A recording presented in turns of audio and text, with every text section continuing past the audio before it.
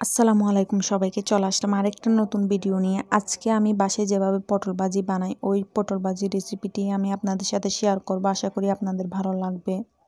প্রথমে আমি হলুদ মশলা লবণ দিয়ে পটলগুলো মেখে তেলের মধ্যে ভেজে নিচ্ছি। ঠিক এভাবেই আমি ভেজে নিছি, বেশি লালও করি নাই। তো তারপর আমি চুলায় একটা কড়িয়া বসে দিছি তেল গরম হতে। তারপরে রসুন কুচি দিয়ে দিছি, রসুন কুচিগুলো একটু ভেজে তারপর পেঁয়াজ কুচি দিয়ে দিছি আর চিংড়ি মাছও একসাথে দিয়ে দিছি। এবার ওগুলোকে একটু করে ভালো করে কষিয়ে তারপর দিয়ে দিব হলুদ মশলা আর লাল মরিচের গুঁড়ো। ওইগুলো সব দিয়ে আবার ভালো করে নেড়ে একটু আবার কষাইয়ে তারপর সামান্য একটু পানি দিব। পানি দিয়ে এবার আমি পটলগুলো ঢেলে দিব, ঢেলে দিয়ে আবার ভালো করে নাড়ে আবার উপর দিয়ে পানি দিয়ে 5 মিনিট পর্যন্ত সিদ্ধ করব। সিদ্ধ করতেছি কারণ একটু পটলগুলো একটু খেতে মজাও হয় আর একটু জুসি টাইপসের হয়। তো এভাবে আপনারা একবার হলেও খেয়ে দেখবেন। আমার তো অনেক ভালো লাগে এই পটল ভাজিটা। আশা করি আপনাদের ভিডিওটি ভালো লাগবে। তো ভিডিওটি কেমন হয়েছে অবশ্যই কমেন্ট করে জানাবেন।